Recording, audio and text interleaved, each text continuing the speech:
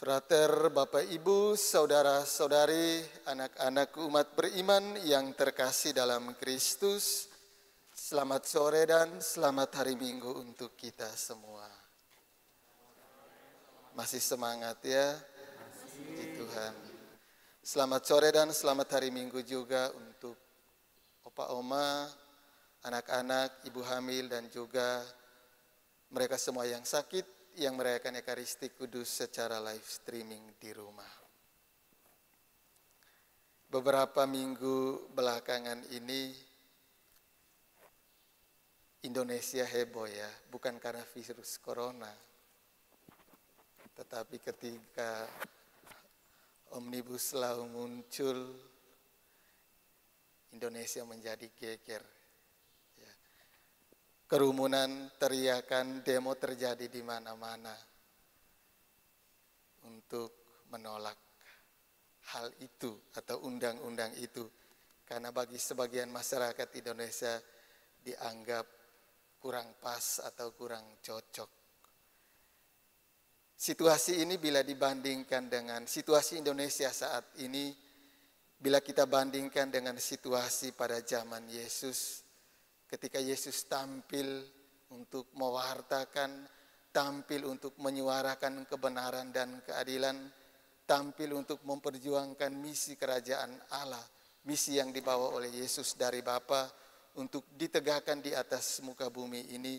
Dan Yesus berjuang dan berusaha untuk menggenapkan semua hukum, baik dari para nabi dan juga hukum Taurat dalam satu hukum kasih.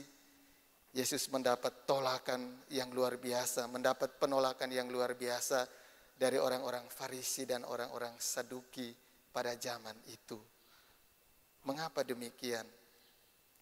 Orang-orang Farisi, juga orang-orang Saduki, mereka menyangka bahwa Yesus datang, kehadiran Yesus untuk melenyapkan atau meniadakan hukum Taurat yang sudah menjadi warisan para leluhur, para nenek moyang orang-orang Farisi, termasuk juga orang-orang Saduki di dalamnya.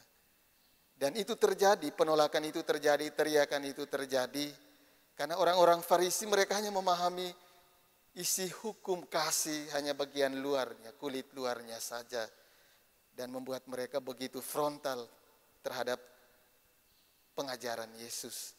Padahal mereka tidak tahu intisari dari hukum kasih yang sesungguhnya yang diperjuangkan Yesus dalam kehidupan nyata manusia waktu itu dan kemudian diwariskan turun-temurun hingga saat ini.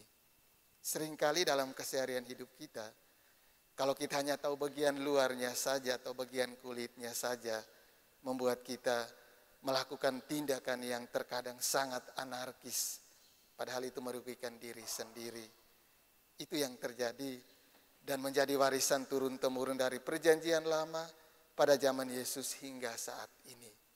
Bapak Ibu, saudara-saudari umat beriman yang terkasih dalam Kristus, meskipun mendapat penolakan yang luar biasa, Yesus tetap berusaha dan berjuang untuk membatinkan, untuk memahat hukum kasih di dalam hati setiap orang para pengikutnya.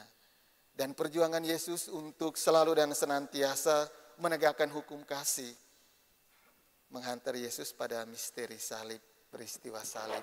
Tetapi Yesus tidak mundur, karena apa yang konsep tentang hukum kasih yang Yesus perjuangkan itu sudah merangkum semuanya. Mencintai Tuhan dengan segenap jiwa dan raga, kemampuan, tenaga, akal budi, dan mengasihi sesama seperti diri sendiri. Dan Nabi Kitab Keluaran, penulis Kitab Keluaran dalam bacaan pertama tadi kembali menggariskan kepada kita, orang asing jangan ditindas, para janda dan yatim piatu jangan diperas. Dan itu sudah dirangkum oleh Yesus dalam hukum kasih, mengasihi sesama seperti mengasihi diri kita sendiri.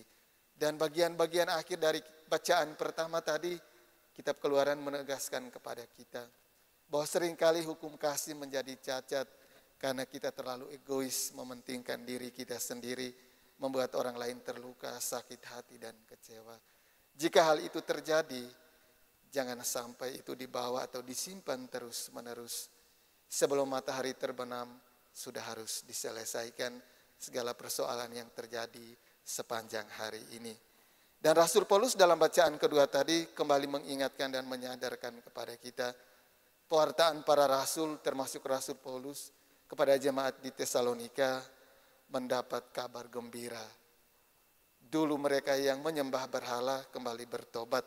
Maka dengan demikian hukum kasih mendapat tempat di hati jemaat-jemaat Tesalonika pada waktu itu.